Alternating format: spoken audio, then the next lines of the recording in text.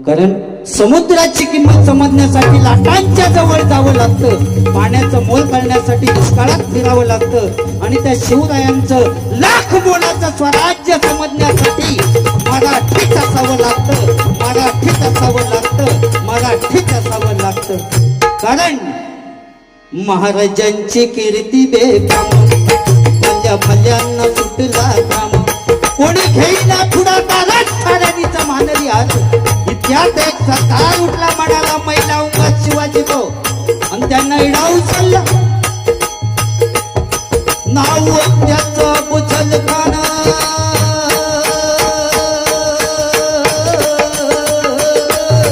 नाव त्याचं बुचल खान, नाव त्याचं बुचल खान, नाव त्याचं बुचल खान. चिता जागता चढू सैतान, अंगिधा हत्ती जवळ पाहणारा कापे छळछळ, वाटे भेटेल त्याला चिल्ली खाण्याची सेना निघाली. जेवढं उद्ध्वस्त केले आई बहिणींची अग्नी लुटली, कोण कोण रोखणारे वादळ.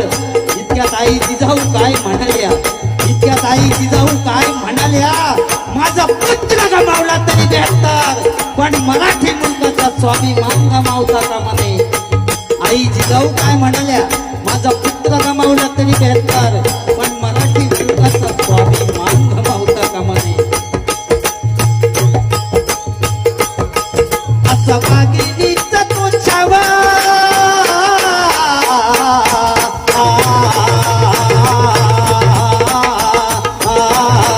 असा वाघिणीचा तो छावा, गणी मारला कसा खेचावा, डोक्यात गणी मी गावा, प्रतापगडावर भेटीचा सांगावा धाडला.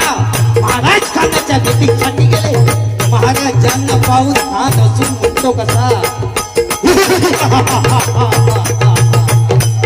अरे आओ शिवाजी आओ, हमारे गले लग जाओ, अरे आओ शिवाजी आओ, हमारे गले लग जाओ.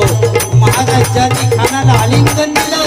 आता आलिंगन दिल्याबरोबर खानाने शिवाजी महाराजांना चिरडण्याचा प्रयत्न केला, पण महाराज खूप हुशार होते.